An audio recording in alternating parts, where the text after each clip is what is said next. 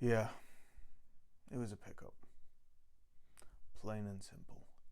And she was what one might call a granola cruncher, a hippie. And she was straight out of Central Casting. The sandals, flamboyantly long hair, financial support from parents she reviled, and some professed membership in an apostrophe heavy Eastern religion that I would defy anyone to pronounce correctly. Look, I'll just bite the political bullet and confess that I classified her as a strictly one night objective, and that my interest in her was due almost entirely on the fact that, yeah, she was pretty, she was sexually attractive, she was sexy. It was really nothing more complicated or noble than that. And having had some prior dealings with the Cruncher genus, I think the one night proviso was due mostly to the grim unimaginability of having to talk with her for more than one night. Whether or not you approve, I think we can assume you understand. And there's something in the way, an air contempt in the way that you can casually saunter over to a blanket and create the sense of connection that will allow you to pick her up. And you almost resent the fact that it's so goddamn easy. How exploitative you feel that it's so easy to get this type to regard you as a kindred soul. You almost know what's going to be said before she even opens her mouth. Okay, so now there we are in my apartment, and she begins going on about her religious views, her obscure denomination's views on energy fields and connections between souls via what she kept calling focus. In response to some sort of prompter association, she begins to relate this anecdote. And in the anecdote, there she is, hitchhiking. Well, she said she knew she made a mistake the moment she got in the car. Her explanation was that she didn't actually feel any energy field until she had shut the car's door and they were moving, at which point it was too late. She wasn't melodramatic about it, but she described herself as literally paralyzed with terror. Something about his eyes. She said she knew instantly, in the depths of her soul, that this man's intentions were to brutally rape, torture, and kill her. And that by the time the psychotic had exited into a secluded area and actually said what his true intentions were, she wasn't the least bit surprised, because she knew that she'd just become another grisly discovery for some amateur botanist or scout troop a few days later, unless she could focus her way into a soul connection that would prevent this man from murdering her. To focus intently on this psychotic as an ensouled and beautiful, albeit tormented person in his own right, rather than merely as a threat to her. And I'm well aware that what she's about to describe is nothing more than a variant of the stale old love will conquer all, but for the moment, just bracket your contempt and try to see what she actually has the courage and conviction to really attempt here.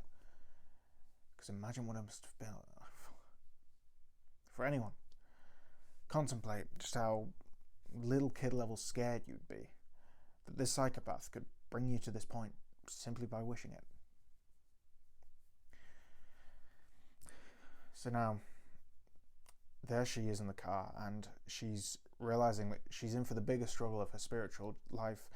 She stares directly into the psychopath's right eye and wills herself to keep her gaze on him directly at all times.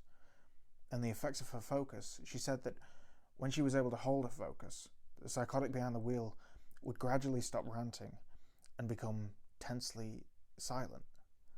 And she wills herself not to weep or plead, but merely to use focus as an opportunity to empathize. This was my first hint of sadness in listening to the anecdote, as I found myself admiring certain qualities in her story that were the same qualities I had been contemptuous of when I first picked her up at the park. And then he asks her to get out of the car and lie prone on the ground. She doesn't hesitate or beg, She was experiencing a whole new depth of focus. She said that she could hear the tick of the cooling car, bees and birds. Imagine the temptation to despair at the sound of carefree birds only yards from where you lay breathing in the weeds. And in this heightened state, she said that she could feel the psychotic realizing the truth of the situation at the same time she did. And by the time he came over to her and turned her over, he was crying. And she claimed it took no effort of will to hold him as he wept, as he raped her. She just stared into his eyes lovingly the entire time. She stayed where he left her all day in the gravel, weeping and giving thanks to a religious principle. She wept out of gratitude. She says, well, I don't mind telling you that I had begun to cry at this story's climax. Not loudly, but I did. She had learned more about love that day with a sex offender than in any other stage of her spiritual journey. And I realized in that moment that I have never loved anyone before. She had addressed a psychotic's core weakness, the terror of a soul-exposing connection with another human being. Nor is any of this all that different than a man sizing up an attractive girl at a concert and pushing all the right buttons to get her to come home with him, and lighting her cigarettes and engaging in an hour of post-coital chit-chat, seemingly very intent and close. But what he really wants to do is give her a special disconnected telephone number and never contact her again. And that the reason for this cold and victimizing behavior is that the very connection that he had worked so hard to make her feel terrifies him. Do you see how open I'm being with you here? Well, no, I'm not telling you anything you haven't already decided that you know. I can see you forming judgments. That chilly smile. You're not the only one who can read people, you know. And you know what? It's because of her influence that I am more sad for you than pissed off. Because the impact of this story was profound, and I'm not even going to begin to describe it to you.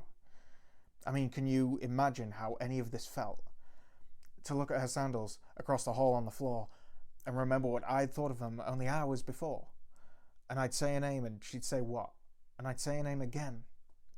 Well, I'm not embarrassed. I don't care how this sounds to you now. I mean, can you see how I couldn't just let it go after this? I grabbed onto her skirt and I begged her not to leave. And watched her gently close the door and walk off barefoot down the hall, never seeing her again. And it didn't matter that she was fluffy or not terribly bright. Nothing else mattered. She had all of my attention. I had fallen in love with her. I believed that she could save me.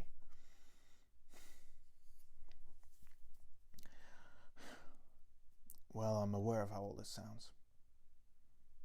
I can see that look on your face, and I know you, and I know what you're thinking.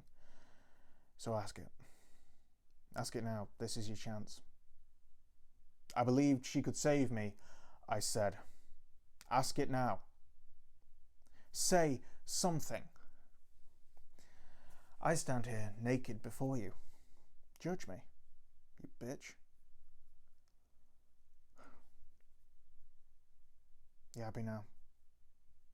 You're one out. Well, be happy, because I don't care. I knew she could, and I knew I loved. End of story.